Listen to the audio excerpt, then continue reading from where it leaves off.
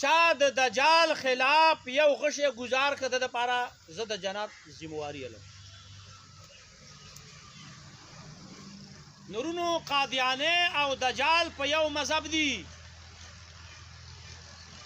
نو مولانا انور شاه کشمیری صاحب رحمه الله به فرمایل چې څوک د ختم نبوت په تحریک کې لګیا دي زه د جنت ذمہوار یم. نو جنت ته خو ټول تل غواړئ که نه؟ څوک غواړئ؟ الله دې ما او تاسو جنت ته بوځي. نو زما عزتمندو تحریک ختم نبوت روان دی. ټول به دې ارکانی که نه؟ د ختم نبوت جلسی الحمدلله پروګرامونه دا ټول روان دي. نو که ملګرو دا وویل چې هلکه دلته راشئ په یون کونسل کې جلسه ده نو ټول به ورله ځو، نورو ته به م وایو. دا د عقیدې مسله ده، دا د شفاعت مسله ده انشاءالله. دا سیاسي مسله نه ده، ګورئ دا د عقایدو مسله ده. که به یې وویل چې هلکه تخبې ته راوځئ تخبې ته به ځو. که څه ویل چې مردان ته ځو نو ټول به ځو که نه؟ مردان ته به ځو که خیري که نه؟ تاسو ته پته ده دا یوه ورځ به نبي علیه السلام له ورکو. تا د دجال خلاف دا یوه ورځ وویستله، دا یوه ورځ انشاءالله چې دا به د شفاعت نبوي صلی الله علیه و آله وسلم سبب ګرځي انشاءالله.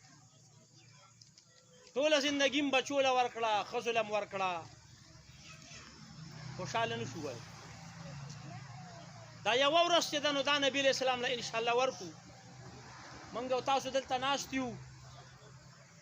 انشاءالله چې دا یوه ورځ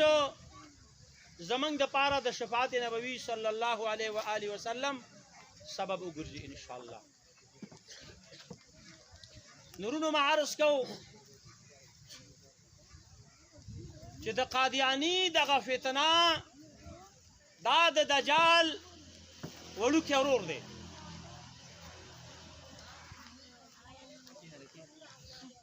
نو د دجال خلاف به الله تعالی امام مهدي دا راولیږي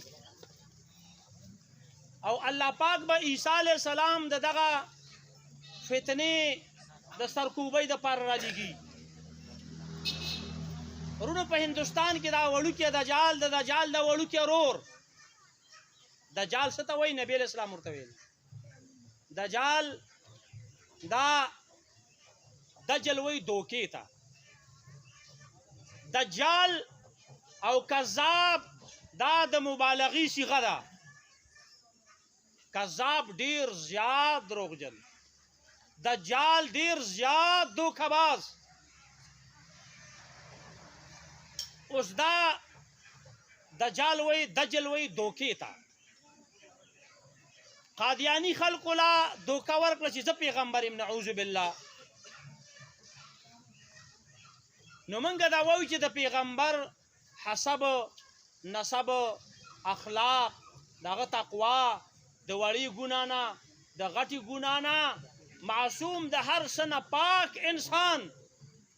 او چرته بل طرف ته یو مردار دروغجن بد اخلاقه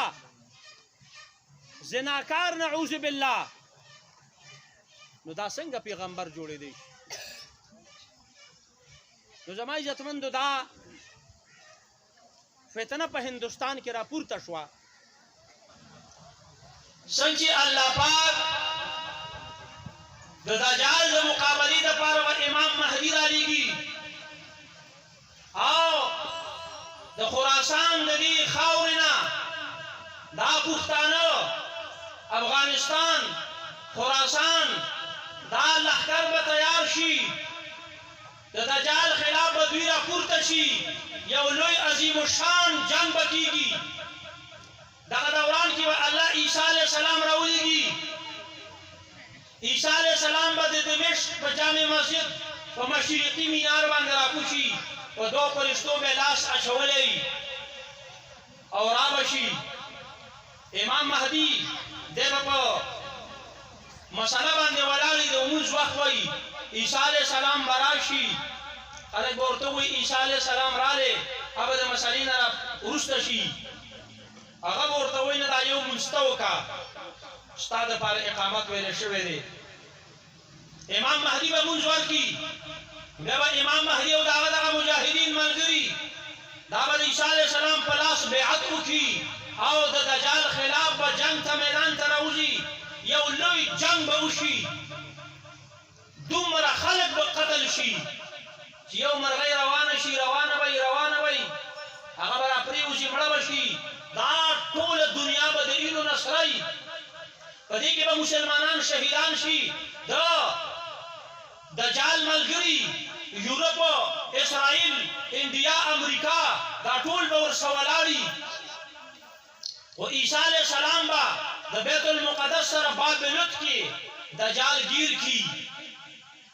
او دغه ته به مردار کی اسرائیل اوس یو ایرپورټ جوړ کو چې موږ به دغه خپل مردار دجال اعور دا به بچو د عیسی علیہ السلام نه موږ یو ستاسو پلار هم بچ کی چې کوم ځای نبی علیہ السلام ښودلی دی په حقه ځکې به مردارېږي دجال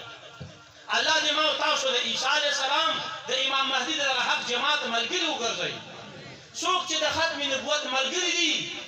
نو دا همدغه خلک دي نو ځکه چې دا وړوکی دجال دی او غټ دجال هغه دی نبی علیہ السلام د هغه خلکو د جنت ذمواري اخیستې ده څوک چې د امام مهدي او د عیسی علیہ السلام ملګري رونو دا دجال دا هندوستان کې راغلی د هندوستان علما راپورته شو او د دجال خلاف تحریک شروع کو مولانا انور شاه کشمیری سے وفرمایل چې شپږ میاشتې وشولې چې نه یې خوب شته نه یې خوراک شته دی او د دې فتنې سبا څه کوو انګریزان یورپ او امریکا ټول د ده په شا باندې ولاړ دي ډېر لوی فنډینګ ورته کېږي دا خلک یې ګمراه کړو دې سره به څه کوو علما یې راجمع کړو مشوره کېږي د دې دپاره یو ځوان پکار دی چې هغه خپل سر په تلي کې ایښی او د دې فتنې خلاف تحریک شروع کړي مشورې کېدلې مولانا انور شاه کشمیری صاحب رحمه الله وفرمایل چې زما په خیال باندې د دې دپاره دا نوجوان مولانا عطاالله شاه بخاري او امیر شریعت او سید الاحرار د هغه تحریک د ازادۍ د هغې مشر د ده نوم زه پیش کوم علما ورسره ټولو اتفاق وکړو مولانا انور شاه کشمیری صاحب اول راغی او د ده په لاس یې بیعت وکړو بیا دغه علماو بیعت وکړو او دی راپاڅېده او د دغه دجال خلاف یې تحریک شروع کړو رونو ما ورته انشاءالله د دغه دجال خلاف راودیو دا نیت به کوو مولانا عطاالله شاه بخاري صاحب رحمه الله تحریک شروع کړو د ازادي هند هغه وایي چې د هندوستان د ازادۍ نه زیاته ضروري مسله هغه د ختم نبوت مسله ده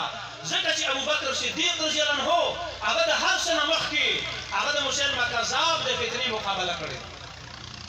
1500 جید علما دا یې راوویستلو ویل د ازادۍ تحریک پرېږدئ هر څه پرېږدئ او راشئ د قادیاني خلاف تحریک شروع کړو هغه تحریک شروع شو مولانا اشرف علي تانوي رحمت الله علیه ورغلی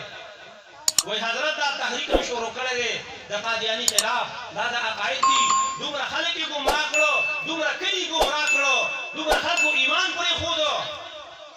ته زمونږ سره په دې تحریک کې ملګری شه دعا کوه راته او خپل تایید راشه شامل کړه هغه ورته وویل زه ستا د دې تحریک یو ادنا کارکون شوم او ورونو ویل زما دپاره دغه رکن سازي په دې کارکونانو کې زما د نوم ولیکه ویل د دې فیس څومره دی ویل 1 روپۍ چې جب ته لاس کړو 25 روپۍ ورسره وي او هغه 25 روپۍ شاه صاحب له ورکړلې ویل زما نوم په دغه کارکونانو کې ولیکه خپل نومونه د غفران مولوي صاحب سره ولیکئ چې زم د ختم نبوت کارکون یم او ویل دا پاڼه به زما سره په قبر کې کېږدئ ویل 25 کاله دپاره زما دا فیس والا که وروسته ژوندی ومه بیا به نورې بیا درکړم په هغه کال باندې دی وفات شو زمونږ اکابر دومره په شوق په دې تحریک کې حصه اخیستې ده نعره تکبیر تاج و تخت ختم نبوت زمان عزتمندو دغه تحریک روان دی مولانا عطا الله شاه بخاری صاحب رحمه الله باندې کیس دایر شو د جیل ته لاړې په ده باندې د پانسۍ اډر وشو کله چې ورته پانسي واوروله ویې خاندل ډېر زیات خوشحاله شو ویل زما دا یو سر زما دا یو روح دا به د نبي علیه السلام د ناموس او د ختم نبوت نه قربان شي انشاءالله نبي علیه السلام سره ملاقات کیږي وی سبا به دې پانسي کو ته خاندې ویل زما به دومره قسمت وي او که نه وي نو زما عزتمندو ټوله شپې په مونځ کې تېره کړه په دعا کله ژړا کله وخاندي جاسوس ورته ناست دی جج ته وویل ویل حضرت هغه خو خاندي خوشحاله دی خو چې نبي علیه السلام سره ملاقات کیږي په ناموس رسالتو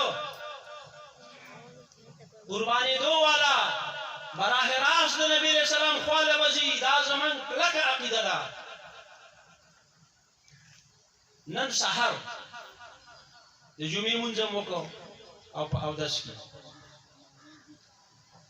بیګا منګه پرون په جلالا کې پروګرام وشو ډېر غټ الحمدلله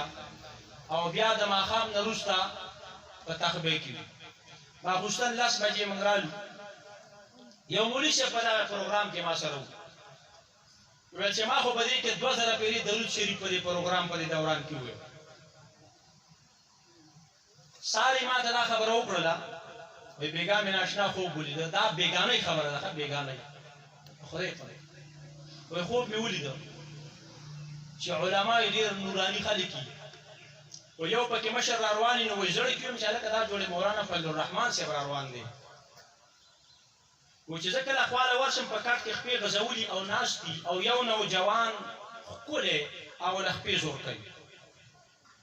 و چې زه ورشم نو چې ورنږدې کېږم نو یو کس راته اواز وکړي چې دا خو نبي علیه السلام دی نو وایي زه ورته ویم چې حضرت دا نوجوان څوک دی و چې دا ته نه پېژنې وزم چې دا څوک دی وایي چې دا غازي خالد فیصل دی چې زمونږ خدمت کوي نو په نبي علیه السلام ځان قربانوونکي نو جج ورته وویل چې ته خوشحاله په دې مرګ باندې جوړې ویل چې زه ویم چې زما به دومره قسمت وي او که نه وي ویل ښه شهادت خو ته انعام ګڼې نو موږ ستا د شهادت حکم ملتوي که ستا د پانسۍ او 3 کالم قید کړی زموږ اکابرو داسې کړي نو د دې تحریک ملګري وایي که نه انشاءالله دا تحریک روان دی دا د دجال خلاف تحریک دی بل طرف ته د نبی علیه السلام ناموس دی ختم نبوت دی انشاءالله په دې باندې به نبی علیه السلام زموږ او ستاسو شفاعت کوي الله دې لپاره موږ او تاسو قبول کړي نورونو یو طرف ته به دا کوشش کوو چې د دې عقیدې نه ځان خبر کړو د ختم نبوت په باره کې انتهایی حساس عقیده ده بل طرف ته به د قادیاني د مکر فریب د دجل فریب نه ځان خبرې موږ حکومت ته هم دا درخواست کوو او کېدای شي زما د اواز دغه ججانو ته ورسي چې کوم عاشقان رسول دا تاسو په جیلونو کې اچولي دي لکه غازي خالد فیصل هغه یو ګستاخ رسول مردار کړ چې هغه له عدالت سزا ورکړې وه تاسو نه مردارو تاسو نه پانسي کو هغه مردار کړ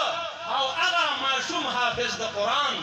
هغه د مدرسې ښکلی طالب العلم د نبي علیه السلام د حدیثو وارث تاسو په جیل کې اچولی دی او کېدای شي چې تاسو یې پانسي کوئ خو ای ججانو ای افسرانو ای ډي پي اوګانو ای جرنیلانو واورئ سبا د قیامت په ورځ چې دا سړی پانسي کوي د قیامت په ورځ باندې به یو طرف ته الله وي او هغه به فیصله کوي یو قاضي وي بل طرف ته به محمد رسول الله صلی الله علیه و آله وسلم او د ممتاز حسین قادری او د غازی علمدین او د غازی فیصل کیس به نبی اسلام وی زه لروم څه جواب به هغه وکیل له ورکوئ څه جواب به هغه جج له ورکوي چې چې د ډے اف ججمنٹ د هغه جج دی الله له وسه جواب ورکوي نن یو خبر را دی غالبا د جیلم یو ډي پی او چې هغه د شیعاګانو هر رسم کې هغه د ازادي ورکړه او 2 کال هغه د ختم نبوت پروګرامونه بند کړو په دې سترګه کې چینجی وشو او ساټه وې دی نو زه دا حکومت ته مونږ په رمن طریقې سره را خبره کوو چې وای دی نبی رسول الله د عاشقانو سره مچ وي یعنی کله د الله نظام په حرکت کې راځي او الله پاک خپل قدرت استعمال کو نو قسم په خدای چې به تاسو څوک هم بچ نه کی څه آدم مشرف هغه قوت څه شو هغه خلک نو دا ججانو ته موږ را درخواست کوو چې هغه دی په باعزت طریقه باندې دا عاشقان رسول دا د رها کی او دوی له ازادي ورکی چې حلال شیخ خپل علم حاصل کی د قران حفظ تکمیل کی او کنه تاسو عاشقان رسول له 500 ورکوي وګوره دا یاد لرئ چې په دې باندې تاسو زمونږ لارو دا تحریک نشي ودرولې دا تحریک رواني نورونه د هغه لپاره موږ تاسو دغه تحریک د دې ارکان او د دې کارکنان دا وګورئ نبی اسلام بعد قیامت پورس په کوثر باندې ان شاء الله دا وساسو استقبال کوي ان شاء الله او مولانا انور شاه کشمیری سے فرمایي چې زبا د خلکو د جنت ذمہواری